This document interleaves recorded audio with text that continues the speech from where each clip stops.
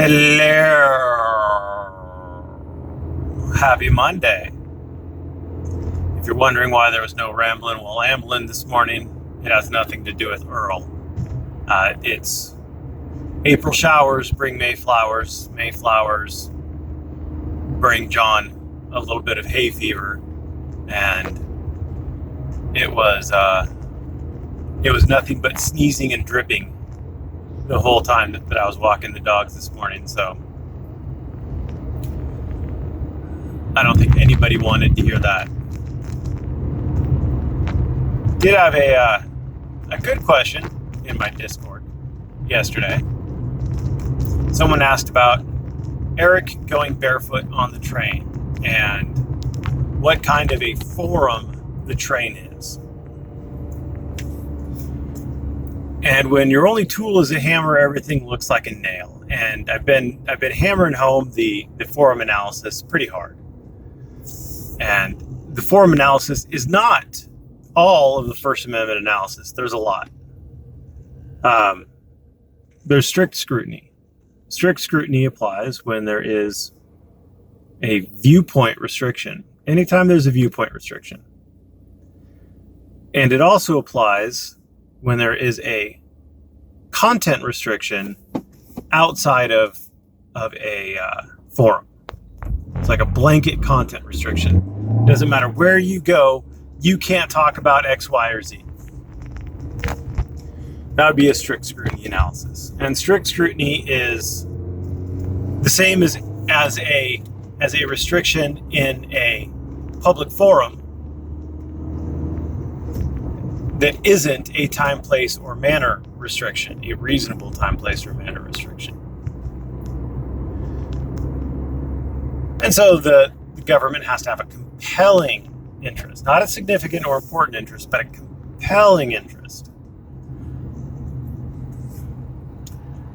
The strict scrutiny standard is almost impossible for the government to beat.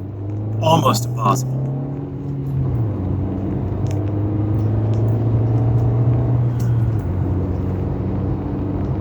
So then once you get away from forums and from strict scrutiny, the other big one that auditors are going to encounter,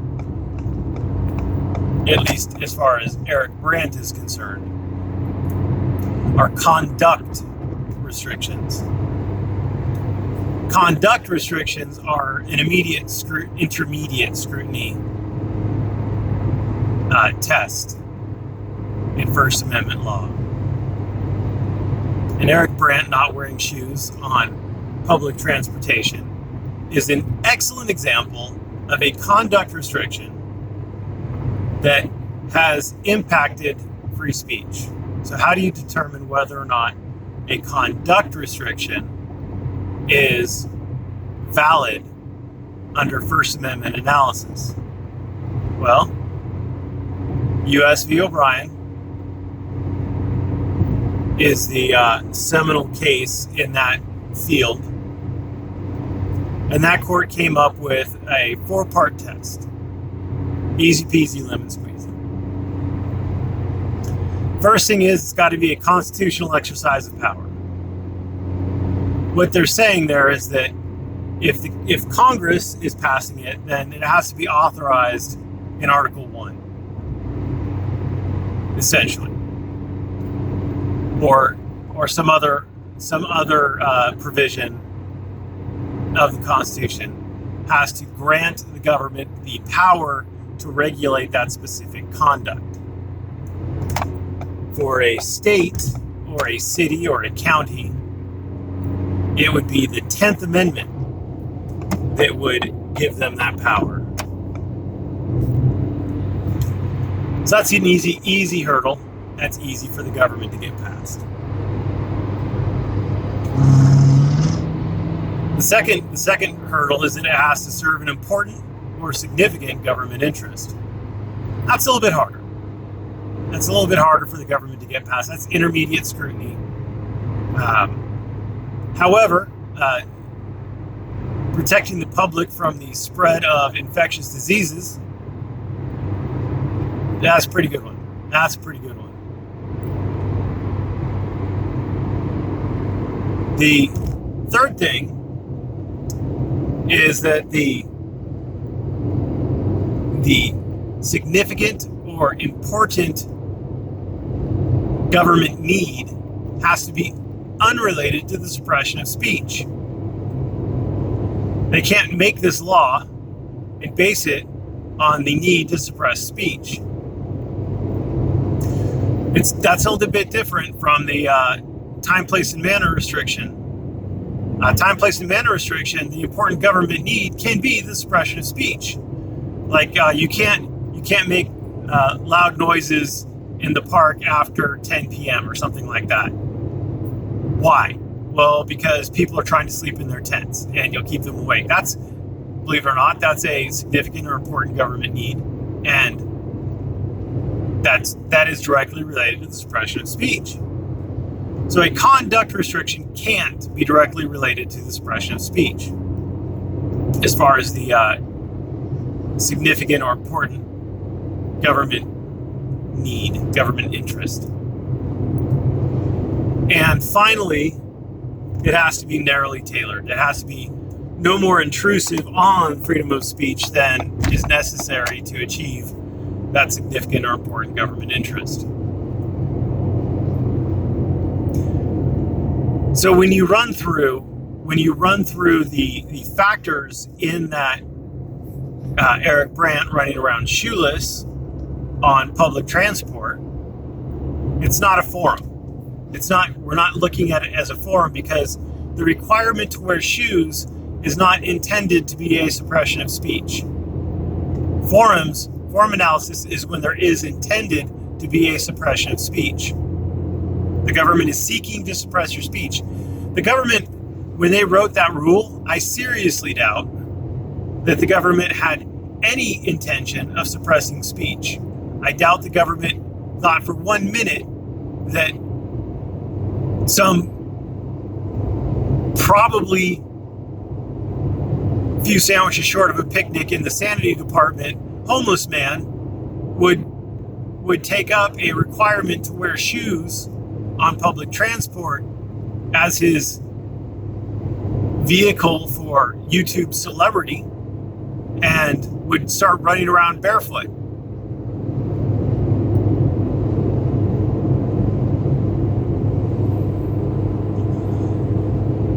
So it is a conduct restriction. So is it a valid conduct restriction? Well, the state of Colorado has a significant or important government interest in reducing or eliminating the spread of disease. Wearing shoes reduces or eliminates the spread of diseases.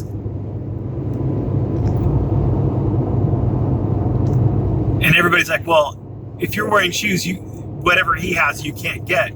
The problem is, if the government allows him to go barefoot, then the government is going to allow other people to go barefoot. And between those barefoot people, the exchange is going to take place. And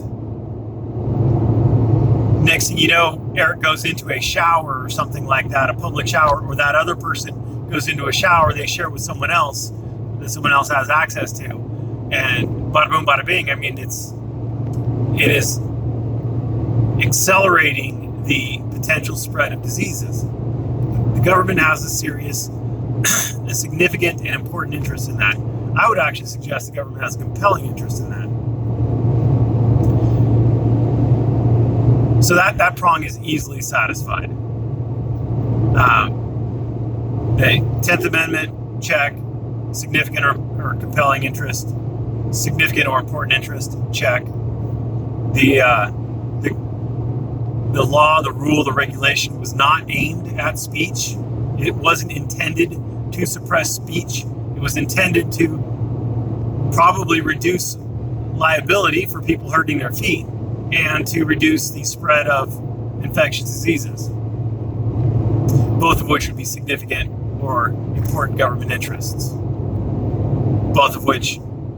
neither of which are intended to reduce speech. And then finally, there is no way that you can make it narrower.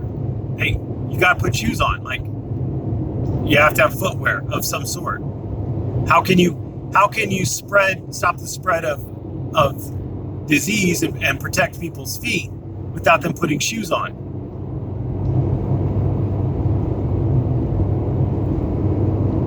They're not saying that you got to put shoes on and keep your mouth shut. It's not interfering with speech, and that's the thing. Eric is going footless as a protestation of the requirement to wear shoes. Other than that, him being barefoot isn't speech.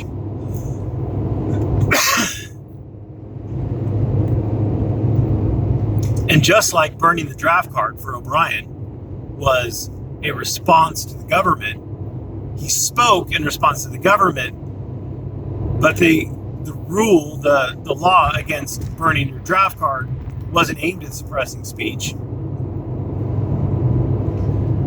And it was backed by Article 1 powers. And it was narrowly tailored. They need you to have your draft card. They can't make it any more narrowly tailored. They can't say, well, you can burn the left half of the draft card, but as long as you keep the right half, you're fine. They can't make it any more or any less restrictive on speech. So I hope that makes sense. And I think that'll not do it for my little jiving while driving today. I hope you've learned something. I can't wait for all the YouTube lawyers to tell me what I got wrong. Thanks for watching. Have a great day.